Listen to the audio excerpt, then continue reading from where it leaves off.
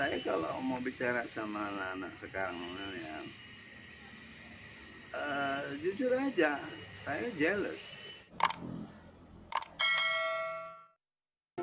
Kalian dengarkan bahwa seorang Insinyur Ansori Jausal saja memiliki rasa jealous kepada kaum milenial saat ini.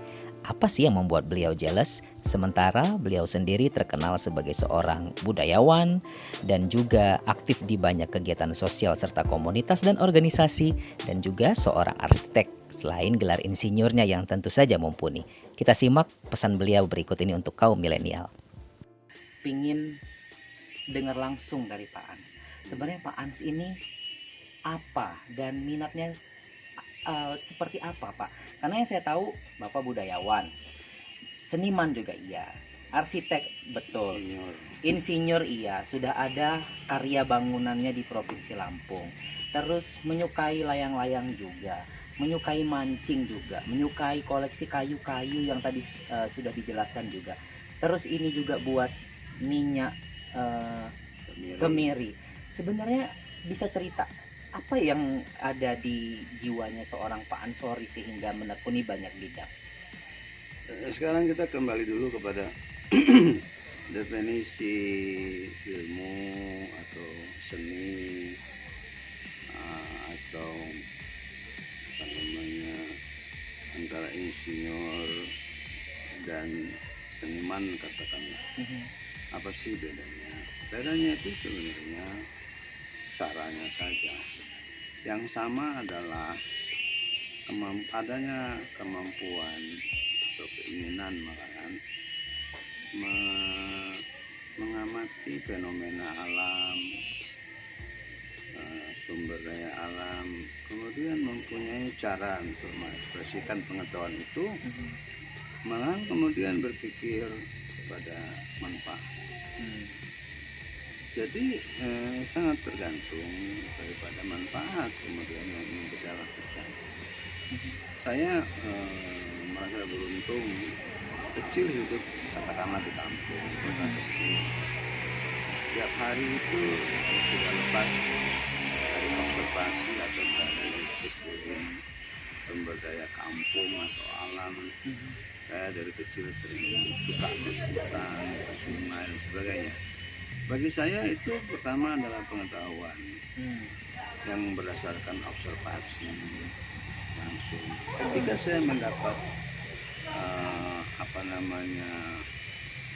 pengetahuan, ilmu, nggak usah tinggi-tinggi, barangkali ketika SMA atau SMP mulai mengenal ilmu bumi, mulai mengenal ilmu ukur, aljabar, kemudian kimia, fisika, itu membantu lebih jauh kemampuan kita memahami fenomena itu dan kemudian berpikir tentang sesuatu yang dapat dilakukan bagi kemaslahatan orang banyak atau bagi diri sendiri atau bagi lingkungan.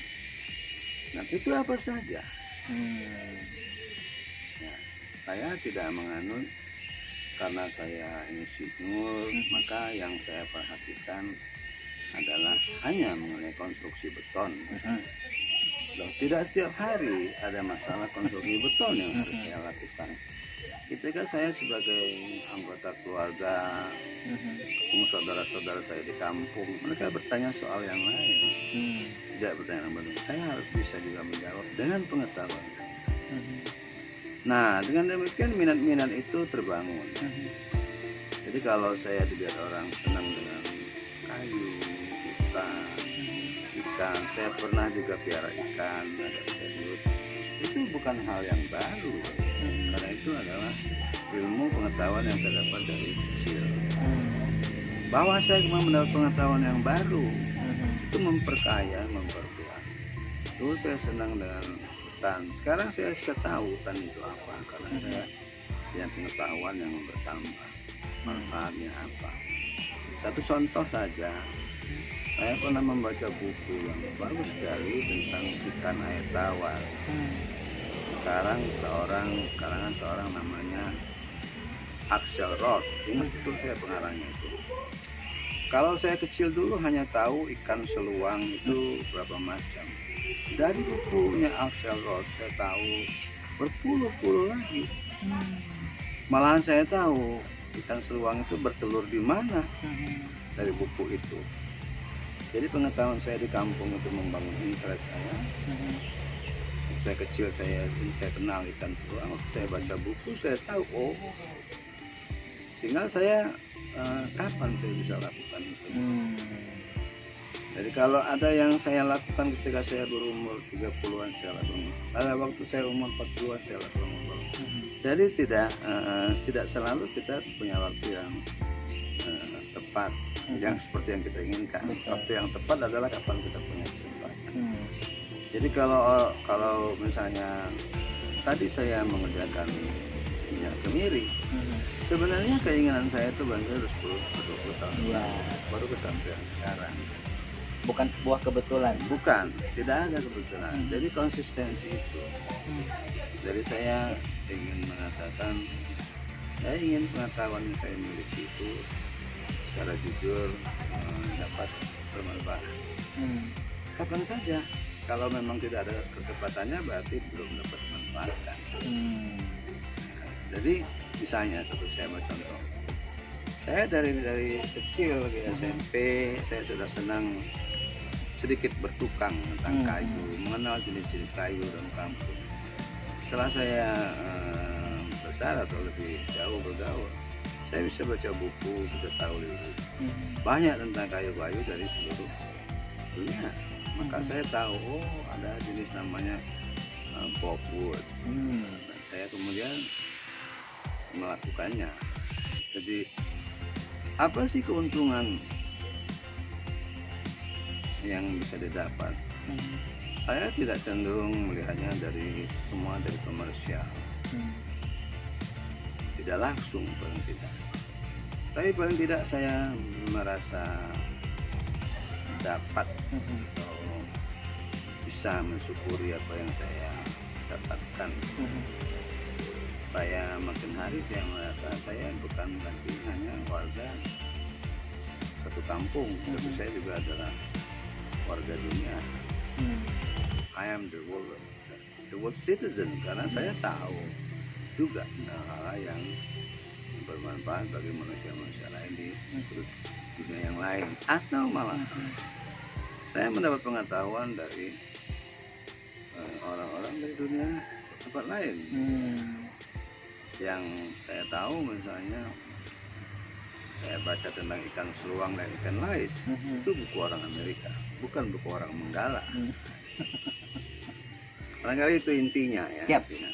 Ya, dan terakhir pesan untuk teman-teman anak-anak milenial di zaman sekarang. Apalagi anak-anak milenial kan wajib mengembangkan diri, mengembangkan bakat, memperluas minat. Pak Ans bisa kasih pesan buat teman-teman semua. Saya kalau mau bicara sama anak-anak sekarang ya,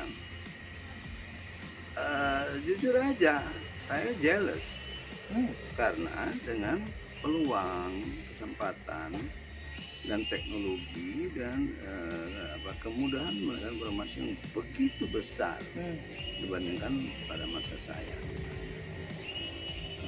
Saya sering mencontohkan ketika saya belajar baru mengenal komputer saya itu yang disebut Apple IIa itu belum ada harddisknya, copying memory saja, RAM-nya cuma 64 kilobyte.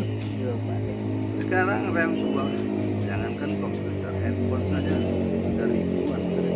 So masa saya yang dulu begitu aja bisa berbuat sesuatu, kalian yang punya komputer, punya jangkauan. Kalau dulu saya harus kirim surat kepada teman saya di Jerman, berminggu-minggu baru ada kabar balik. Sekarang in second, hanya dalam hitungan detik Anda sudah bisa kontak orang. Jadi saya sering mengatakan I am jealous. Karena itu pesannya kepada dia. Kalau bahwa kemudian mereka nggak mendapatkan manfaat lebih jauh, something wrong. Ya, ada pertanyaan besar di sini. Iya. Ya. Sekali itu. Baik. Terima kasih Pak Ans buat waktunya. Sampai ketemu lagi.